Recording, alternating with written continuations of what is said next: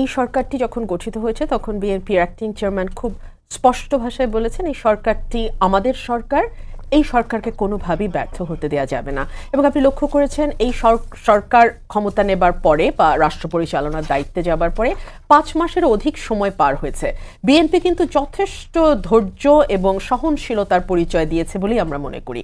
Even প্রথম যখন শেখ হাসিনা পালিয়ে যাওয়ার খবরটি আসে, আপনারা নিশ্চয়ই লক্ষ্য করেছেন বিএনপি চেয়ারপারসন দেশনেত্রী বেগম খালেদা জিয়া একটি ছোট ভিডিও বার্তা দিয়েছিলেন এবং সেখানে তিনি একটি ইনক্লুসিভ বাংলাদেশের কথা বলেছেন, সকলকে ধৈর্য ধারণের কথা বলেছেন এবং তার এই ছোট্ট বক্তব্যটি বাংলাদেশের সেই সময়ে আরো অনেক রক্তপাত হতে পারার সম্ভাবনাকে থামিয়ে দিয়েছিল বলে অনেকে বিশ্বাস করে। কারণ তার উপরে যে ধরনের নৃশংসতা গত 15 বছর ধরে চলেছে সেটার পাল্টা কোনো কথা যদি তিনি সে সময়ে বলতেন, বিকজ সেই সময়টা খুবই ভালনারেবল একটা সময় ছিল, ওই সময় যদি তিনি বলতেন তাহলে কেবলমাত্র যে তার দলের নেতাকর্মীরাই পথে নামতেন এবং এক ধরনের অরাজকতা তৈরি হতো তাই নয়, সাধারণ মানুষও কিন্তু পথে নেমে আসতো। সেই জায়গাটিতে আমি মনে করি যে বিএনপির চেয়ারপারসন এবং অ্যাক্টিং চেয়ারম্যান দুজনেই অত্যন্ত প্রজ্ঞার পরিচয় দিয়েছেন, রাজনৈতিক প্রুডেন্স যেটাকে বলে পলিটিক্যাল প্রুডেন্স, সেটার পরিচয় তারা দিয়েছেন এবং এক ধরনের ধৈর্য এবং সহনশীলতা আমরা লক্ষ্য করেছি। সেটা কিন্তু পাশে তার কোনো ব্যতিক্রম হয়নি। বাট এখন আমরা লক্ষ্য করছি যে এই সরকার, আপনি দেখেন গতকালকেই বোধহয় হঠাৎ করে একটি সিদ্ধান্ত আসলো যে রাজস্ব আদায় করতে হবে।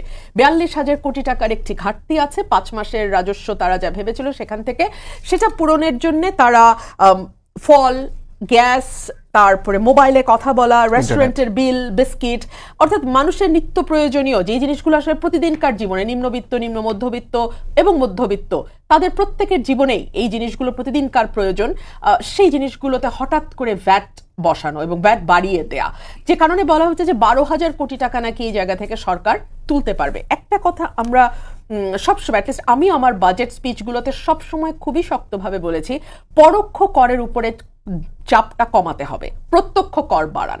দেখুন, আপনি যদি ঢাকা শহরটাই শুধুমাত্র আপনি সার্ভেতে নেন, আপনি দেখবেন এখানে ব্যাঙের ছাতার মতন একটি বাড়ির গা ঘেঁষে আরেকটি বাড়ি দাঁড়িয়ে আছে এবং এই বাড়িগুলো ঢাকা যেহেতু one of the most expensive cities in the world, ঢাকায় 1 কাঠা জমির দাম এমনও আছে অলমোস্ট 20-25 কোটি টাকা 1 কাঠা।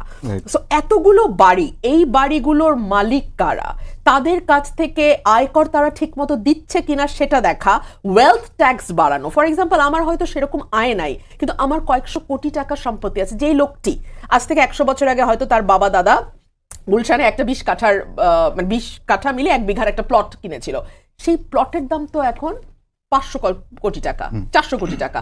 তো সেই 400 কোটি টাকার উপর সে কি ওয়েলথ ট্যাক্সটা দেয় না। সো এই জায়গাগুলোতে ফোকাস করে, এই জায়গাগুলোতে বারবার বলা হয় করের আওতা বাড়ানো হোক, বেশি মানুষের কাছ থেকে কর নেওয়া হোক। করের পরিমাণ বাড়ানোর দরকার নাই, পরোক্ষ করও বাড়ানোর দরকার নেই, প্রত্যক্ষ কর আওতাটা বাড়িয়ে বেশি মানুষের কাছ থেকে যদি কর আদায় করা হতো, কর ব্যবস্থাপনার যদি একটা সুষ্ঠু চালচিত্র থাকতো, তাহলে কিন্তু হঠাৎ করে এই নিত্য প্রয়োজনীয় জিনিসের দাম বাড়াতে হয় না।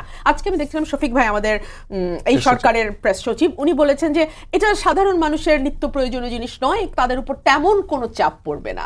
আমি জানি না, সরকারের ওই আসনটা বোধহয় একটু গোলমেলে, ওখানে যেই যায় একই সুরে কথা বলে এবং হাসিনা বা সরকারকে আমরা বারবার কিন্তু এই ধরনের কথা বলতে শুনেছি, না এটা জনগণের চাপ পড়বে না, এটা তেমন কিছু হবে না, আমি তো অনেক উন্নয়ন করে দিয়েছি, আমি তো বেতন বাড়িয়ে দিয়েছি। কিন্তু উনি বারবার ভুলে যেতেন যে বেতনটা সরকারি কর্মকর্তা কর্মচারী যারা আসলে বেতনের টাকা কাজেই লাগে না, ঘুষের টাকা দিয়েই যাদের সংসারের উপরে অনেক খরচ চলে যায়, তাদের বেতন দফায় দফায় বাড়ানোর সাথে বাংলাদেশের আপামর জনসাধারণের আসলে কোনো সংযোগ নাই। কিন্তু আমরা দেখতে পাচ্ছি যে এই সরকার, যার কাছে আসলে আমাদের সকলের প্রত্যাশা অনেক বেশি, তারাও কেমন জানি শেখ হাসিনার ওই স্বরের মতন করেই কথা বলছেন। এবং খুবই সারপ্রাইজিংলি আমি দেখলাম যে জাতীয় নাগরিক কমিটিও কিন্তু একই ঘোষণা দিয়েছে এবং তারা বলেছে যে কর এবং ভ্যাট যেটা হঠাৎ করে বাড়ানো হয়েছে সেটা যেন কমানো হয়।